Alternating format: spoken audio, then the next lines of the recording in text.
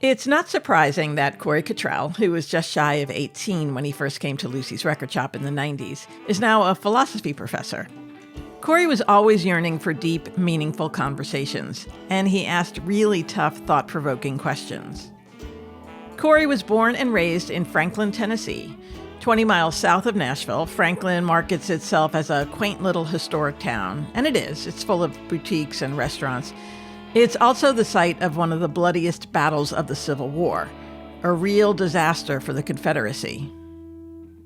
30 years ago, the drive from Nashville to Franklin on the secondary road that connects the two was idyllic, mostly farmland and churches.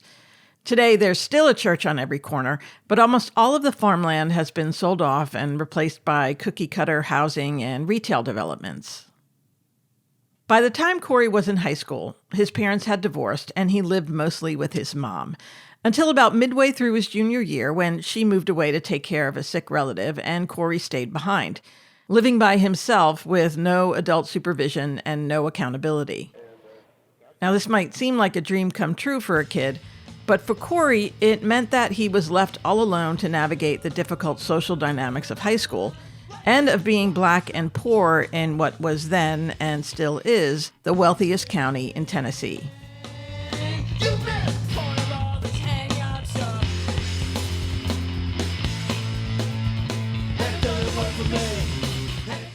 And, and I say it's part of being a minority, I think, is especially someone who's a big guy like me, right? Even back when I was a kid, typically whatever I say is magnified by 10. If I'm angry and I say something and say a person who's white who was angry and they said the same thing, right? I might as well have had a megaphone. That was my experience in high school, that everything I did was amplified. And because I was part of a racial minority, I wouldn't just get judged by those particular things. I'd be judged as a member of a group. And that made me a target. And there's more reasons for that. Because I was already kind of a weird kid anyway, right, that grew up in a pretty eccentric environment, I wasn't where I was supposed to be, in the minds of people. Like, if you're Black, you're supposed to be here. You're supposed to be friends with these people. You're supposed to hang out here, not here. Well, I didn't really go along with that because I wasn't raised by my parents to be that way. And so just being me, I was automatically stepping out of bounds for a lot of people, right? By being friends with the people I was friends with and listening to the type of music I was. And that made it even worse. You didn't fit their neat little boxes that they put everybody in. Yeah.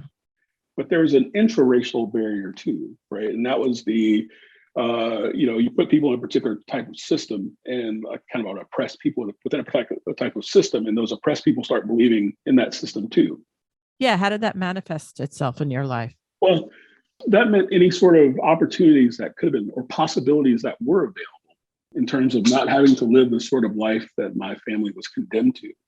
A lot of times that manifests into, well, if you pursue this route, then you're just trying to be like them. You're just trying to be like the oppressor, which in our environment were white people. Yeah. So there was this sort of rejection that came externally, but also internally, right? And that's kind of how I grew up. If my grades were good, then it's like, oh, you're just trying to be like them. If I wanted to go to college, you're just trying to be like them. You're supposed to do this. You're supposed to be in this particular place. You're supposed to work in a factory. And I grew up like that all the way through it. And so I didn't really think there were any possibilities. And high school was really rough for me because of that, because you could feel that even within high school. I get in the fights. I was a target from the faculty, the staff, and my classmates. I kind of think about my early years, my teenage years being kind of like the Breakfast Club. You've seen the Breakfast Club, right? Oh, yeah. I was very much a Bender type, right? A non-misogynist Bender type. You grew up in Franklin and everyone's probably the child of a country music writer. Everybody has money, except for a few of us and definitely the minorities in the area. So you're already kind of labeled that sort of criminal. And I think probably what even made that worse was just having family who had graduated from the same high school before that were known and being judged against them too. And that would often be referenced, right? So in high school, I had to fight my way through high school from day one. And why do you think you, instead of backing down and being afraid to speak out or being afraid to differ or just kind of crawling into yourself or, trying not to be noticed, what is it about you and your experience that made you do the opposite? I don't think I had a choice. And I think that my physical stature probably played a role in that, right? It would be difficult for me to mentally blend in anyway. But also, because like I said, there's the interracial dynamics that already made me, right? There was no safe place for me to go. Where I'm supposed to be, if I tried to go there, I would be treated the same sort of way. Where that sort of double bind, you're damned if you do, damned if you don't, as Marilyn Fry would say. And so there's nowhere to retreat to, right? There's no comfort zone. And so I didn't really have much of a choice. And so it's just one of those things where you feel like kind of thrown into a boxing ring without knowing how to box. You gotta learn how to fight there.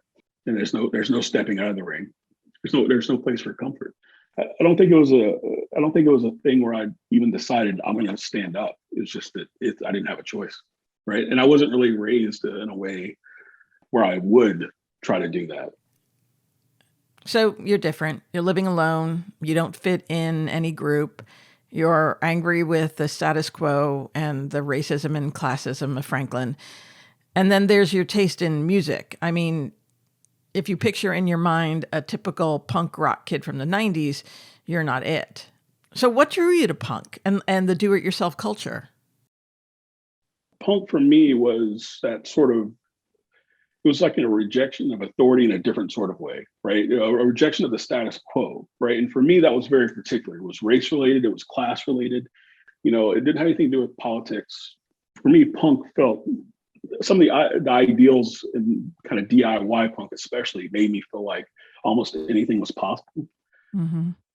That the constraints that are placed upon me are more ideas, right? Or more ideological constraints, something I could actually overcome. That these weren't real barriers. There are things that I couldn't control, but the one thing I could control is what I do and what I can do, and that really resonated with me. This sort of idea, as someone who liked to write and play music on my own and stuff like that, that it's like I can do this. It's not something that's for this sort of entitled class. It's almost like you were on a path, and if you went one way, you butted up against the internal oppression that you mentioned, and if you went another way, there was the external oppression that you mentioned, and punk showed you the path forward.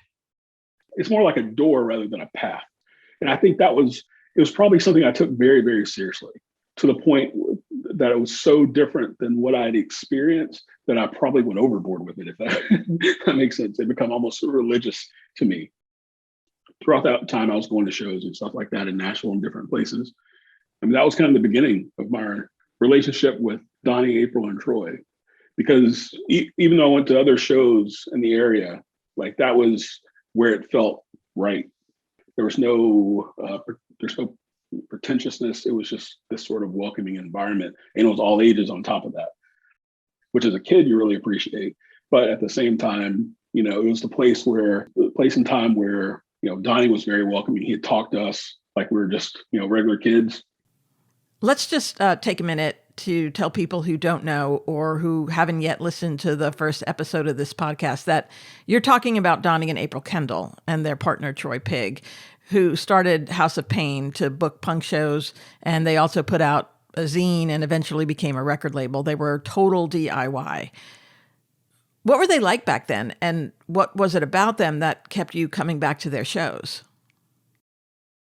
I viewed Donnie and April and Troy as very much, I don't want to say like me, but very much of the environment, right? In my town, I would have considered them, I would have probably been intimidated by them because they reminded me of people who would be mean to me because of the racial animus.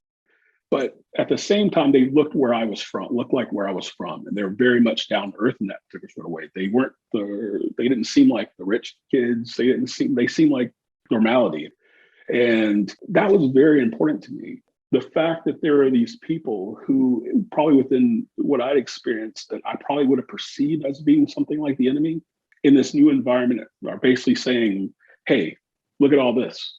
Here's this music that's available to you. Here are all these other, I can't even express how meaningful that was to me at that time. it was one of those things where I had to go to shows, right? It wasn't even for the music; it was for the environment. The music was all very secondary. I love that aspect of it. And even though I never heard any of them really espouse this sort of punk ideology, to me they reflected it. Mm. And I felt like I felt a loyalty to them. And so I saw some really great bands even at those shows. And then they told us about how you were going to let them do shows at Lucy's. And so we just followed them over, basically. Right. And that we became very loyal to that because it was clear that this wasn't about money, right? It was clear that this was just about the love of it. And also I knew, based on what Donnie, for instance, was doing for a living, that it wasn't something he had to do. And that was very important, that there was somebody who had this who first of all earned a privilege, right, in occupation, all that kind of stuff, who basically said, I'm just going to do this when I could be doing stuff for myself only. But it was clear, and that was so meaningful to me. And then once we were introduced with Lucy's, it was like an extension of that. It's like, okay, because you're kind of an anomaly to us too, right? Right. First of all, you're from the north. You're not from around here, are you? Yeah, I mean, that was 30 years ago, Tennessee, right? Right. There was still that carpetbagger mentality that everybody had, right? Does that make sense? Yeah. 100%. Yeah. And so we had that good mentality, but it was this sort of idea that, okay, this person who used to work in this different occupation, who owns a record store, we always went to record stores, right? And and so you own this record store, and then you're actually letting us like see shows at your place on top of that. When you didn't, it's still the same sort of thing. When you didn't have to, again, for me, I wasn't used to that type of kindness, right? And that was again, it wasn't just disassembling my worldview that I had. It was almost aligning itself physically with what the ideologies I was gaining from punk. Even though, like I said, it wasn't like this, like we're punk or anything like that from you guys necessarily, but it was still a lot. I was actually seeing kind of punk ideals put into practice, that it was actually possible. It was an easy transition to make. After high school, I just worked and went to Lucy's. That was my routine. And if you remember, I used to do sound at Lucy's. Oh yeah, that's right. Yeah. Usually if Phil couldn't do sound on weekends, I would cover for him, but I would always do the weekday shows. Right. I worked big lots all day long, unloading trucks and all that kind of stuff. And then I'd go get right in the car, go get something to eat, and then drive all the way to Lucy's to do sound. Right. That's what I did. You were name checked in the last article in the Nashville Scene about Lucy's closing. And Jim Ridley wrote, "The range of voices and the originality of the views could be startling." In his caustic zine, My God Shaves, a Williamson County teen named Corey Kittrell wrote of the frustrations he felt as a Black high school student among status-conscious classmates and unthinking bigots. What did My God Shaves mean? Well, it was kind of my reaction to growing up in that very hostile, in-your-face Williamson County religious dogmatism that you'd get everywhere, where religion was imposed on you and used in so many different ways to really tear you down rather than build you. That sort of view that My God saves, right, is a way to convince somebody who is unworthy to become worthy. I always took that kind of insultingly, right, when someone would try to save me as if I was deficient in some sort of way. Was My God Shaves your creative outlet at the time? Or what was it? What was it to you? What did it mean to you? And what did it mean to you that you were able to write it? And then did you give it away or did you sell it at Lucy's? I don't remember. I think I gave it away at Lucy's. I mean, I put it together at Lucy's, the first issue. I still remember sitting in there and on that couch that was next to the window and putting it all together, right? No, it was free. I gave it to anybody who wanted it. I never associated creativity with money, right? Or anything. I never thought it was something you should be paid for. So everything to me was always free. But I don't know if it was my creative outlet. I think it was my therapy. I think it was my therapeutic outlet. I wrote a lot and I played guitar, but that was where putting those experiences on paper, hoping that it might affect somebody in some sort of way, uh, in a positive way, right? Even if it was hearing negative experiences, to me was about as close to as I get it, Corey. I understand where you're coming from. Yeah. Yeah. And that's what that zine was for me, where nobody can take this away, right? No one can invalidate your story from your perspective. No one can interrupt you, right? Right. Right. And that's what it was. Where that I did when I put it out, I felt like I could close the door on something. That was a very important zine to me, right? Because I put many, many hours into it. It was a lot of tears. Literal tears? Yeah, it was very emotional. It was very, very emotional. I mean, I still remember making it. I borrowed a computer from somebody. It was before like the internet type of stuff, right? But it was just like a word processing type computer. And I borrowed it from somebody, and I just sat down and just like reliving a lot of things that I hadn't even come to terms with. So it was very raw.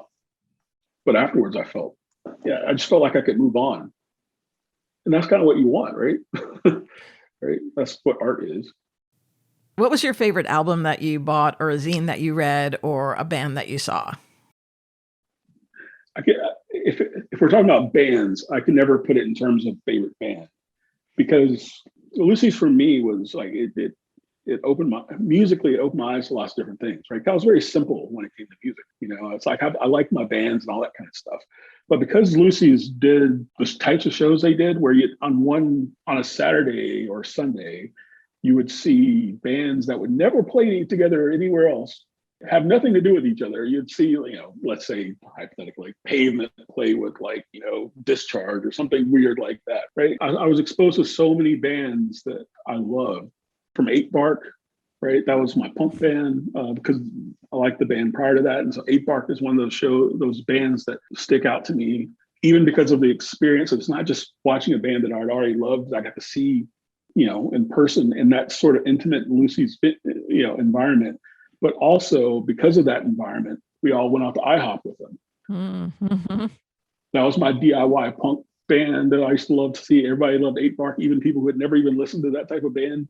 But then on another day, you'd have Versus play, and Versus, completely different type of band, and still to this day, one of my favorite bands. I mean, Jawbox, Jawbreaker, Tsunami, still one of my favorite bands. Polvo. It wasn't just seeing the bands; it was the experience. Sometimes only, there's this band I loved back in the day. It was a hardcore band called John Henry West, and they were very short-lived, but their shows lasted like 8 minutes, and only a few people really got to see their shows. And they played Lucy's, and it was Sarah Kirsch's old band. Sarah Kirsch played in the band Fuel, and all these other hardcore bands. And then the DIY scene, it was really a big deal. And I still remember that show. There was probably like maybe 12 of us there, right? Including Billy and Paul, who played in the band Face Down, but ended up being in Tragedy, probably one of the biggest hardcore bands ever. There were just a few of us there. And after the show, it was the same sort of thing. The band sat and we talked. They played for 8 minutes, right? And we sat and we talked. And it was like the most wonderful experience. It was that sort of feeling of intimacy and community in addition to the band. So seeing a band wasn't just the band, it was everything together, right? And so I associate those experiences. There's so many bands that I still remember. I'm smiling because I still remember the feeling that I get, that, when I tell people I've seen these bands who aren't from Nashville, they don't even believe it. Right. And I'm like, I saw it in this particular place. Sometimes there was 10 kids there, and these kids did not care who you were. They just wanted to see something. Yeah. Yeah. And so there's that. And I think I remember buying the Rodan LP from you. Mm-hmm. And I used to hound you about it. You probably don't remember. I used to hound you about it. And I think you ended up giving me the demo. And I love Rodan. That was one of the bands I loved. And so I don't remember the details, but I do remember bugging you about it. I do remember you looking kind of annoyed. Oh, I'm sorry. No, in a good way, right? Because you're probably like, what the hell is this kid all about? But they played, and it was very important, and still one of my favorite bands. But I also remember, I was saying that Troy was kind of like the older sibling figure, right? Because Yeah, he sold records too, he right? did. Yeah, yeah. And we had that sort of relationship. So there was the record store relationship with you, and then okay, we're gonna we're gonna go into the underground Right and behind buy the records wall. right behind the wall. And the reason I say Troy was like like an older brother figure was because the way he presented these records to us, was like, oh, you got to try this, right? You got to try this. And at the same time, he was experiencing the same stuff. He's like, I'm gonna try this myself. And I must have spent so much of my paycheck just buying records every week. I still have, like the 8 Bark LP I bought from him. I even had all these records that I bought from there that melted in the sun, and I still have the melted records in the sun in my collection. Oh, Right, just well, because Troy was, yeah, he loved the music too. Like Donnie and April, like you said before, they just had this love. They did it for the love of the music. And so when he brought those records in, you could trust him, right? That they were going to be good. well, I don't even know if it was that. I mean, I think it was a time period where people were trying things. Period. It wasn't one of those things where we could go on YouTube and listen to a record to already affirm that it was good. It was one of those situations where, okay, this all came in from, whatever distribution or whatever, and here they are. And so, oh, okay, I'll try this one this week. And so it's just like the bands. It's like we'd go to these shows, not even having heard the bands before, and then come out with that band being our favorite band right today, Right, right? right, And right. so that's where I think that sort of the way that House of Pain was before was a nice transition with what you had. It was like that, kind of a perfect marriage. It didn't get worse when House of Pain and you joined forces. It became what was meant to be, if that makes sense, without being cheesy, right? Right.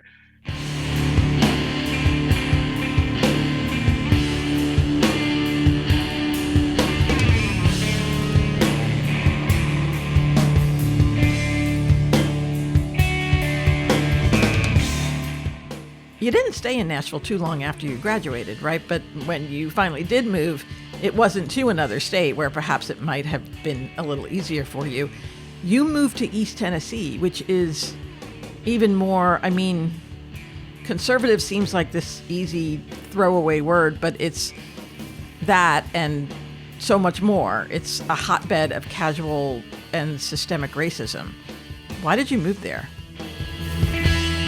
I think it was my ex-wife who there. He was kind of a compromiser of some sort. And so we decided to go out there. My brother lives out there, even though he told me not to go out there because he said, Why? Why did he tell you that? and I found out soon after moving there, actually, the racial dynamics there were so much worse. He's a police officer out there, and he was just like, "This is what you're going to experience, right? If you move here, especially since you're in an interracial couple, it's going to be rough." And I didn't listen to him. It was very different. It was rough.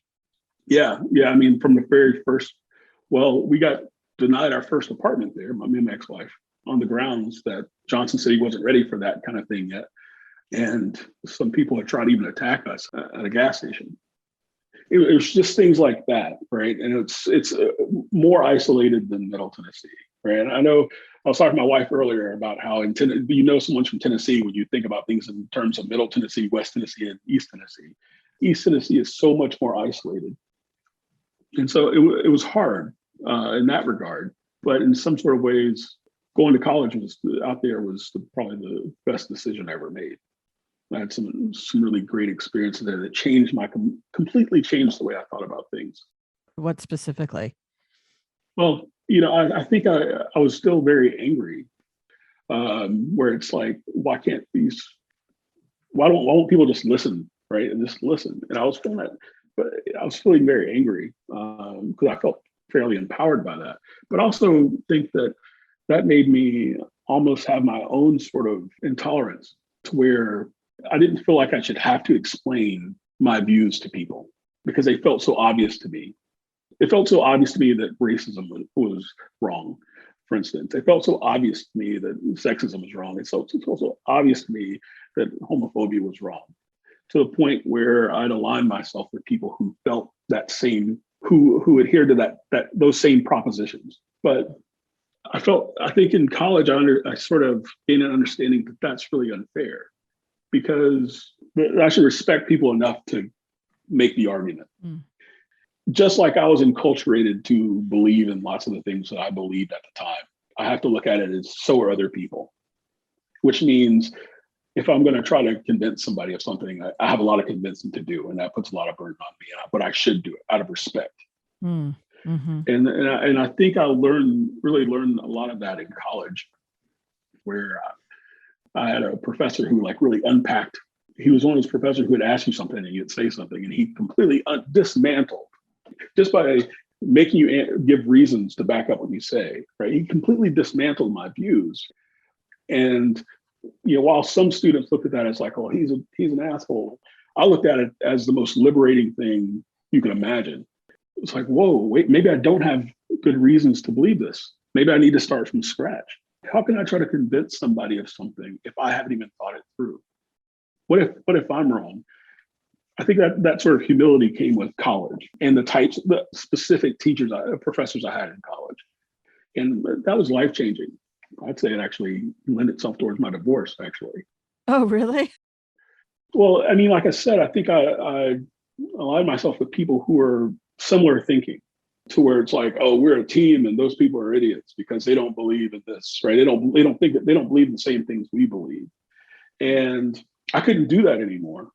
But I felt that part of my relationship at the time was built on that type of alliance, where you were similar thinking people. And it was changing me so much that I just couldn't do that anymore. I didn't feel comfortable approaching life as something like a team sport.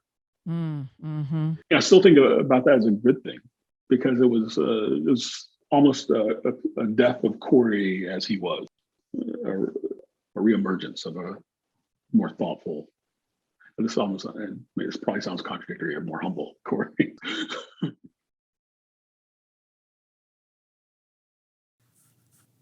How did your time at Lucy's impact what you did after you left Nashville? In music, right? I played in bands, I toured in bands, tried to start collectives that were modeled, right? And I wanted to say the first collective I tried to help start was modeled after Lucy's. Yeah. And probably even captured some of the things that I loved about Lucy's. That's something I feel like I need to say. There's something, Lucy's created an ideal for me. And the ideal was that, and I don't know if you guys got to see it from your vantage point, but within us, this sort of ragtag group of people who would go to all the shows, we came from a lot of different backgrounds, and we're all rejects in these different ways, whether it be based on our conceptions of sex and gender or race or just class, right? We're all of that. And Lucy's provided that venue to where we, the people who come to shows, where we learn from each other and we were accepting of each other.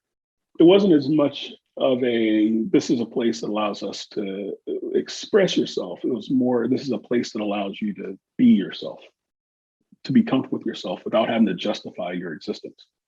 Where you can say, well, this is what I experienced, to each other, right? And someone not say, oh, it's just your imagination, right? And that's something I always wanted to replicate. And so, and even improve upon. And so when I moved out to Johnson City, we started this Johnson City Collective.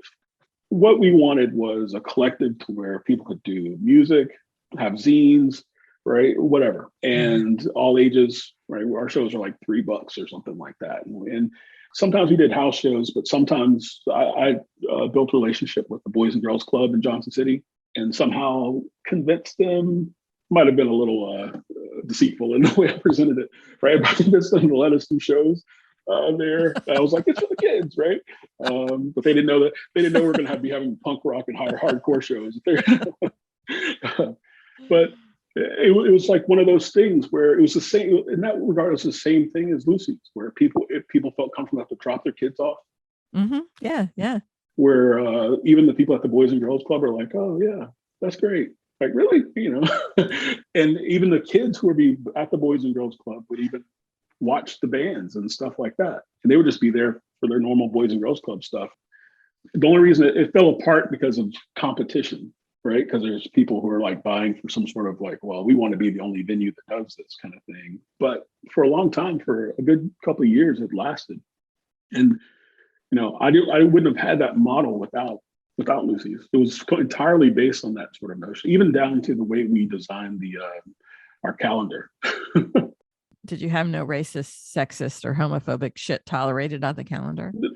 That was one of the things that we definitely were adamant about in a pretty complex way too, right? It was one of those things that we probably took it to a different level than even Lucy's did. Oh, really? How?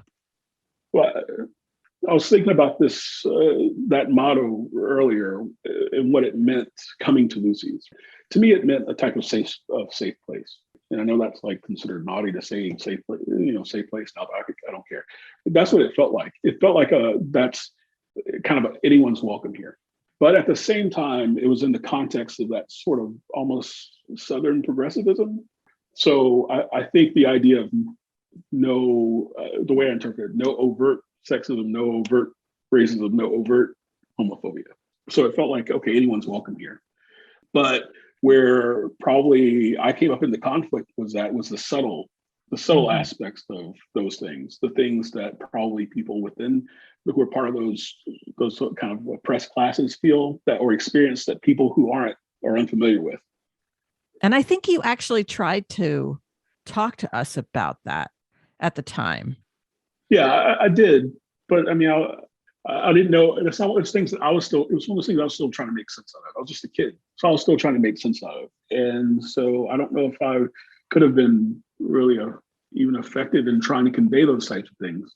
But yeah, I mean, I think that was probably the only time I felt like a real genuine, like, this is going to sound weird. Please don't take it the wrong way, but it almost seems almost like a generational sort of thing where I think it was where people were just starting to talk about the subtle ways that racism and sexism, especially racism and sexism, because I don't think that people really engaged the notion of homophobia until like in an honest way until later, like collectively as a society. But I don't think that we had really tackled those things as as sophisticated and complex and subtle. And so my conception of what was racist was probably different than, say, Donnie or April's. Or mine or Troy's, because we're not Black.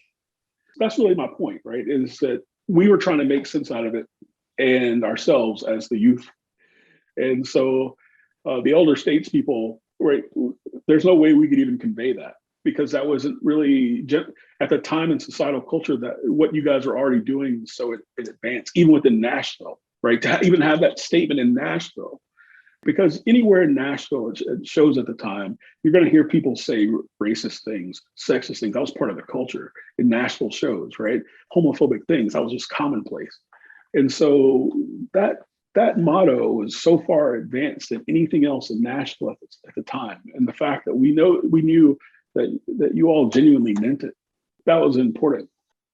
But if we're still trying to make sense out of it ourselves, the nature of racism and sexism and homophobia and still suffering the consequences of it and haven't been able to step back and even see right what the debris is like. It's just one of those things that yeah, I mean, I think I had a hard time even trying to convey to you guys. It's 30 years later. Can you convey it now? What would Corey now say to Corey back then to get us to try to see what you meant or what you were trying to tell us? That part of privilege entails that, from a privileged position, entails that you don't have to listen to people's stories. That the authority to shut down people's experiences doesn't rest. I mean, that's a position of privilege. And so what I would say is if people are sharing their experiences, take them as your experiences, not their individual experiences. So I was considered the guy, the kid who probably talked about race, right? Christy was probably considered the person who talked about it, right? And I think it was pretty open, right? Oh, there's that person who goes up slut, right? Oh, here comes Corey again talking about this, right? Where I think that was where the difficult part was just trying to get people to see that these experiences are your experiences too. That racism and sexism and homophobia aren't just acts. They're identity shaping. The race, sex, and sexuality, those things in our culture are they're social constructs in some ways, but they're identity shaping. And a particular reaction to them, whether it be not hearing them as legitimate experiences, is also identity shaping, right? Even if it's subtle, even when in the context of where you probably have angry youth like me, or at the time Christine Doza. I think, and I don't want to speak for Christine at all. I think we were trying to make sense out of things in our own experiences, and it was more difficult in that sort of way that those things would be looked at as, oh, there they go again, right? Mm-hmm. That the problem is ours to deal with, and or that, oh, so, sexism is her thing and racism is his thing, not our thing, right? That's a type of privilege. I think that's how I'd probably say that's a different way of that to approach it in that particular sort of way. When you talk about no racist, no sexist, no homophobic shit, that's part of it. Yeah. Does that make sense? It's the subtle parts, because those are the shaping things, especially in an environment where there's a deliberate attempt to be inclusive, right? Because then we're really getting into the subtle areas, right? Where the things that might be racism, sexism, homophobia might not seem like it.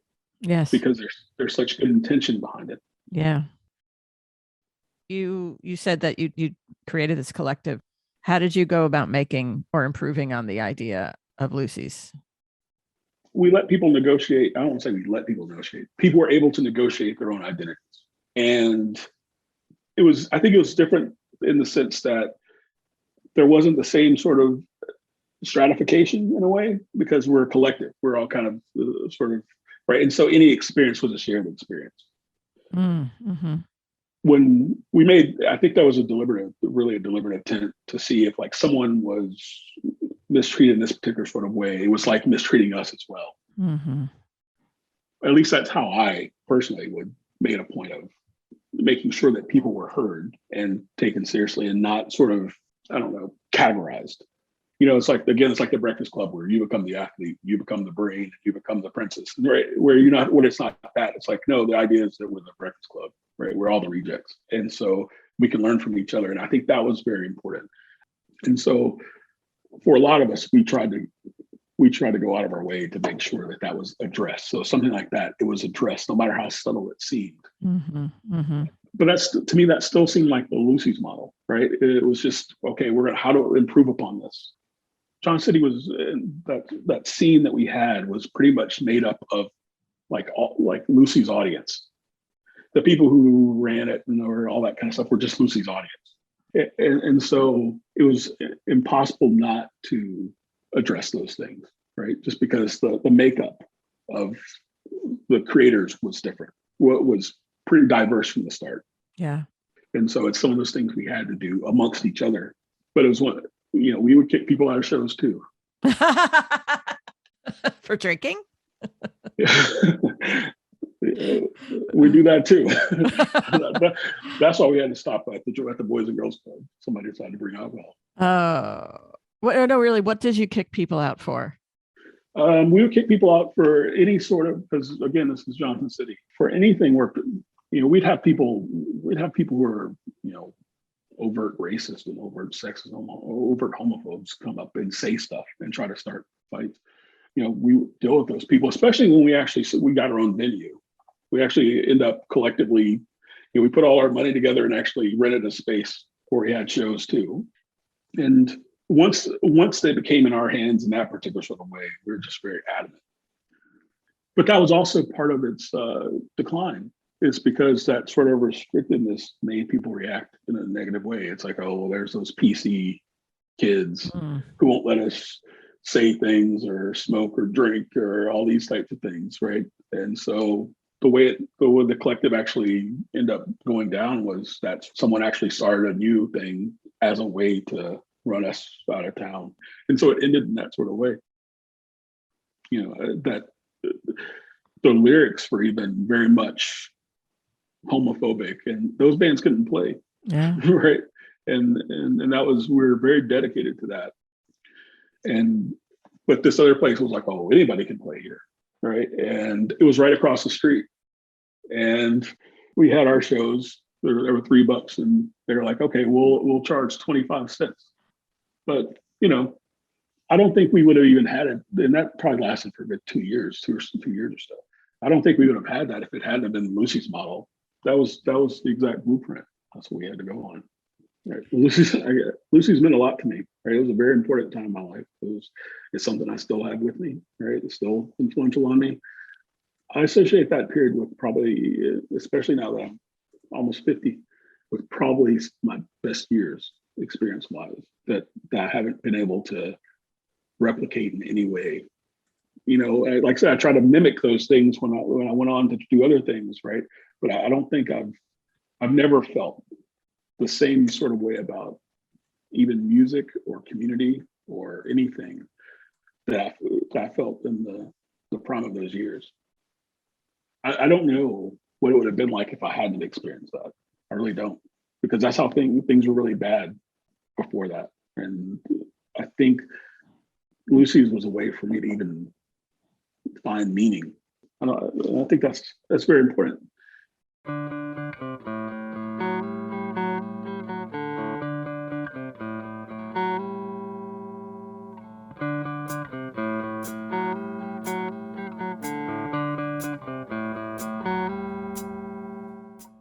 Thank you so much for listening. Check out the episode notes or go to lucysrecordshop.com for more info about the music used in this episode. A couple of things I want to mention. First, leave September 18th open on your calendar if you are interested in celebrating the Lucy's 30th anniversary in person. More on that to be announced on the Lucy's social media feeds and in future episodes. Also, I want to remind you that Lucy Barks, the documentary about Lucy's that Stacey Goldate made in the mid-90s when she was a student at Vanderbilt, is online to rent or buy, with the proceeds going to the Oasis Center, which is an organization that provides a wide range of services that support the diverse needs of kids and their families, and also Nashville Launchpad, which is dedicated to creating safe spaces that affirm the rights and dignity of LGBTQ plus youth. It's $3 to rent, $9 to buy. So hop on over to lucybarks.vhx.tv to take a look. If you have any stories, pictures, or music you want to share about Lucy's, send them along to @Lucy's Record Shop on Instagram, Twitter, or Facebook, or you can email me directly at mary@lucysrecordshop.com. Thanks to Michael Eads for his time and the use of his studio, and to Lamb Chop for the music used in the intro. This show is brought to you by Give 40 the Finger Productions and We Own This Town, a podcast network of original entertainment and documentary content. You can find more info at the official site at weownthistown.net or follow @weownthistown on Instagram, Twitter, and Facebook. Thanks for listening. Until next time. Can I save one spec for innocence? Can I tell you